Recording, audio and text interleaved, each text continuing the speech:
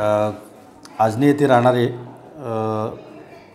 इसम नामे संतोष उर्फ मुन्ना गुरुदयाल हारणे वय 52 वर्ष राहणार आजनी हे दुपारी 3 ते 4च्या सुमारास आजनी परिसरामध्ये शेत परिसरामध्ये शेळ्या चरण्यासाठी घेऊन गेले असता तेथे 2 अज्ञात चोर एका मोटरसायकलवरती तिथे आले आणि त्यांनी त्यांच्या बकरी चोरण्याचा प्रयत्न केला। त्यावेळी त्यांनी जेव्हा विरोध केला असता या दोन्ही आरोपी यांनी त्यांच्या डोक्यामध्ये 70 आणि लोखंडी रॉड याचा 2 ते 3 वेळा वार करून त्यांना गंभीर जखमी केले आणि त्यांची बकरी तेथून जबरीने चोरी घेऊन पळून गेले।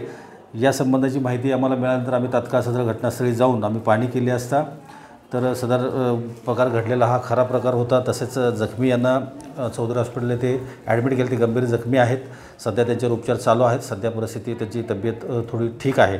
तसेच यातील आम्ही तात्काळ 2 ते 3 पथके पोलिसांची तयार करून, कारण त्यांची ओळख काहीच आमच्यासमोर नव्हती, आजूबाजू परिसर सगळीकडे शोध घेऊन आम्ही त्यांना 3 तासामध्ये अटक केलेली आहे।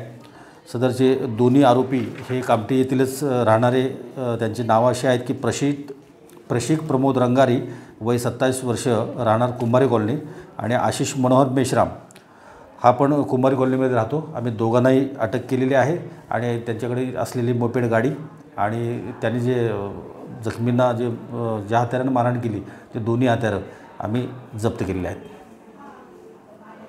आणि त्यानंतर